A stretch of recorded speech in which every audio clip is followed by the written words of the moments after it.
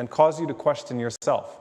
Amongst them is the idea of Allah punishing me because of something that I might have done. And that usually comes when there is some sort of prolonged nature to this test or trial. Or when the trial comes when I feel like I was at the best state of my faith. I feel like this was a time when I was doing everything right, and that's when this all came. Or trials come, in succession. And that's usually the way that it works. One hits you, and then the next one hits you, and then the next one hits you. You start asking these questions like, what have I done?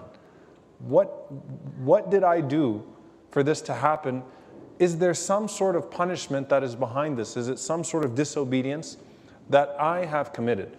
And a question that I get asked multiple times is, how do I know if I'm passing the test? And this is really where I want to focus on, inshallah ta'ala, towards the end of this khutbah. How do I know if I'm passing the test? I know I'm being tested. It's very obvious right now.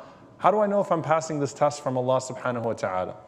Now, first and foremost, I want to cover this concept from the perspective of punishment. The reason being, because we have to actually ask the question, does Allah subhanahu wa ta'ala punish people in this life for their deeds? Is this the place where punishment takes place? You read about nations of the past that were destroyed, but we know that this is not the norm of how Allah subhanahu wa ta'ala deals with nations post what we read about of those destroyed nations in the past. Overall, there's a loss of barakah, there's a loss of blessing. There could be destruction that comes upon a people of tyranny, and we know that tyranny provokes destruction in the long run. But at the same time, you don't see the immediacy that you hear about in the stories in the Quran. And so there are a few ayat. Number one, Allah subhanahu wa ta'ala says, لَوْ يُؤَاخِذُهُمْ بِمَا كَسَبُوا لَعَجَّلَ لَهُمُ الْعَذَابِ. Had Allah subhanahu wa ta'ala called them to account for what they have earned, then surely He would have hastened their punishment. Of course, this is in Surah Al-Kahf, which we read every Friday. If Allah was going to call them to account for what they had done, He would have certainly hastened their punishment. What does that mean? Can you imagine the nature of our relationship with Allah subhanahu wa ta'ala if we immediately faced consequences for our sins? Believer, disbeliever, whatever it may be. If every single time you commit a sin, something bad happens to you, like you're wearing a device that shocks you with pain, every single time you commit a sin. But it doesn't work that way. Because instead Allah subhanahu wa ta'ala delays you and gives you a chance to be reminded and to repent and to actually turn that sin into a good deed. Because a sin that you repent from will ultimately show up in your book on the Day of Judgment as a good deed. And Allah Azza wa Jal says, this is for everyone.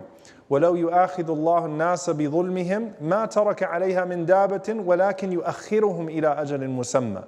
Allah subhanahu wa ta'ala says, and if Allah were to seize mankind for their wrongdoing, for their transgressions, He would not leave on it a single moving creature, meaning there would not be a single creature on earth that would be able to survive that, because we all slip sometimes. No one would survive that type of relationship with Allah subhanahu wa ta'ala in this life. None of us would get past that. But instead Allah subhanahu wa ta'ala says, He postpones them. فَإِذَا جَاءَ أَجَلُهُمْ لَا يَسْتَأْخِرُونَ سَاعَةً وَلَا يَسْتَقْدِمُونَ. And when their term comes to a conclusion, they cannot delay it for a single moment, nor can they bring it forward. When the time comes for that reward and for that punishment, there is no way that you can move it forward, and there is no way that you can delay it. So this is the first thing that Allah Azza wa Jal covers in the nature of this relationship, that it's for your benefit that there isn't an immediate consequence or reward for your deeds. That would completely defeat the purpose of the test of this world as a whole, if things happen with immediacy. Right? This whole concept of belief in the unseen and another realm where the consequences are greater and eternal, it would defeat the purpose of believing in a Lord that is unseen. All of that would go out the window, and it's truly to our benefit that we're not seized every single time we commit a sin. And Allah Azza wa Jalla says, سَنَسْتَدْرِجُهُمْ مِنْ حَيْثُ لَا يَعْلَمُونَ. And this was the one that used to scare the companions. That sometimes, in fact, we will reel them in from places that they don't realize. Blessings can be a form of punishment.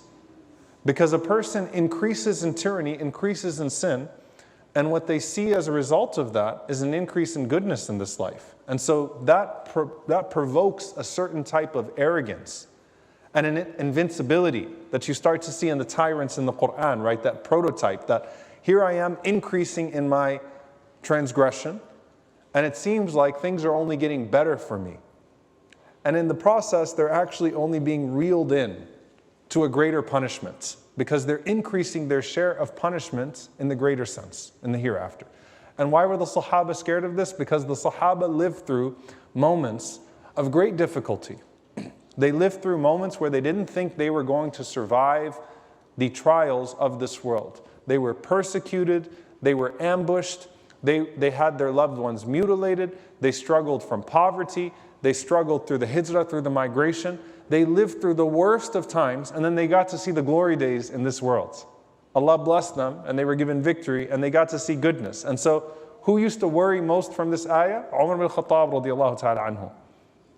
Khabbab ibn al-Arat radiallahu ta'ala anhu. You hear about these people that went through great difficulties.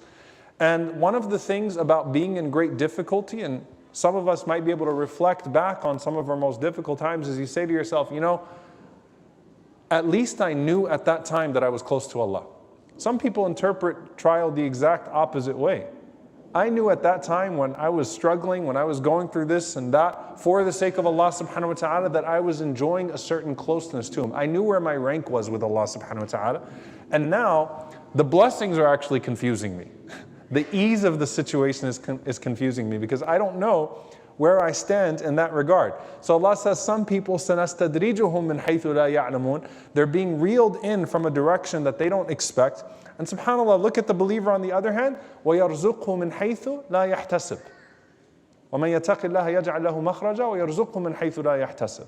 Whoever is conscious of Allah subhanahu wa ta'ala, Allah will make a way out for them and provide for them from ways they don't expect. And so they have directions of sustenance, pathways of goodness that they may not be considering. Just as on the other hand, there could be directions of punishment that the others are not considering.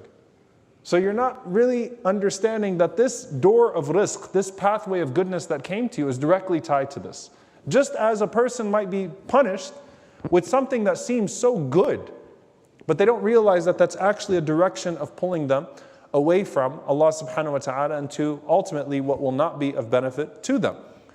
And the scholars also mention here, notice that when Allah talks about the discourse of those who are being punished with blessings, even if everything on the outside seems good, there's still the void on the inside that actually lends itself to a tortured existence. So you see someone and you're like, why do they have all this despite their disobedience, despite the horrible things that they do? Why do they have all this goodness